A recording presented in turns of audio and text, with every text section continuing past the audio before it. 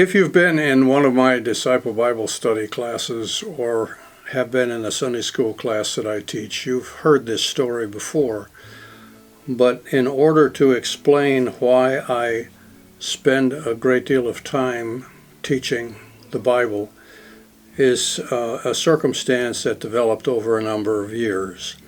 When I was in high school, my pastors thought I would be a good candidate for the ministry. And I rejected that idea because I had a brother and a brother-in-law who were pastoral ministers, and I knew I could not do the work that they were doing.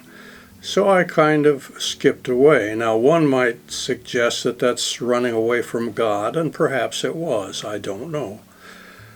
But I spent an inordinate amount of time learning to become a teacher, both from my university experience and my military experience that led to an interest in a wide variety of religions. In the military, you have a chaplain that serves the base church, chapel, sanctuary, whatever you want to call it.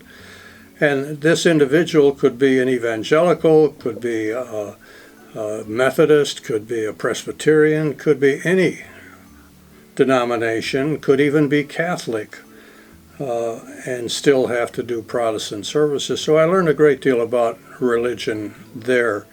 And during the remainder of my military time, I studied every book I could get on the major religions of the world, because I was going to study contemporary theology and become a college teacher. That was the goal I established before I left the military.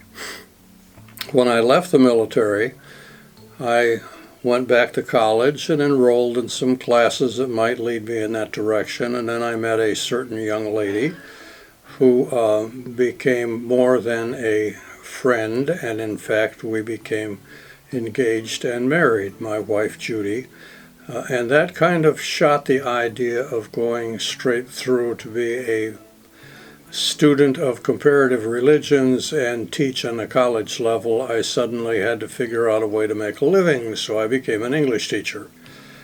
And I taught English for 19 years, and then I left teaching for a 6-year period to work for the Boy Scouts of America. And coming back from a trip one day, driving through a rainstorm in the city of Milwaukee, I heard a voice say, "Alan, you need to get back in the classroom." And I know there was nobody else in the car, and there was no other voice that it could be than God catching up with me again. And at that particular point, I said, okay, I'll get back in the classroom, and I did. And I assumed that maybe it was just to teach out until I could retire and do something else. But then our pastor at the church I was attending at the time started Disciple Bible Study, and he said, "Alan, I'd like you to take part." And I said, "Okay, Paul, not a problem. I'll take part."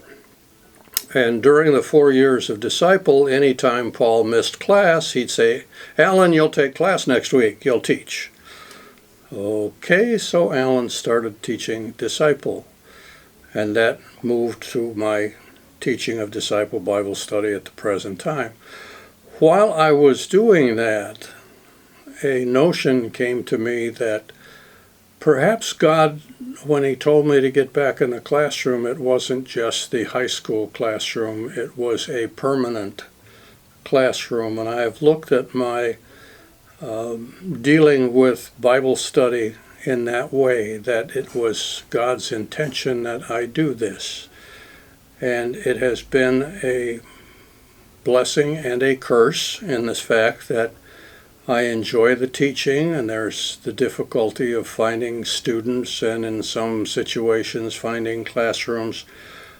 But it's a mission that I have, or a discipline that I have, that I do teach, and I enjoy teaching. Now, why would someone choose to do this? Well, one of the most significant aspects of our United Methodist Church is something that was established by our founder, John Wesley, many years ago, and that is daily Bible study. And as Christians, we miss out on a great deal because we don't study the Bible daily. And studying the Bible isn't just sitting down and reading it alone. Studying the Bible is doing it with someone else. And a small group is perfect, and Wesley knew that, and Wesley did that. We, as a modern-day church, do not seem to find the significance of this type of Bible study very important. We go to Sunday school, we go to confirmation, and once we're confirmed, we seem to have the attitude that, well, I know everything I need to know to be a Christian, so I don't have to go any further. Well, what I have found in the years that I have taught disciple and the years that I have taught Sunday school, and Sunday school is far more than I taught disciple, but when you teach, you discover things that you did not know before.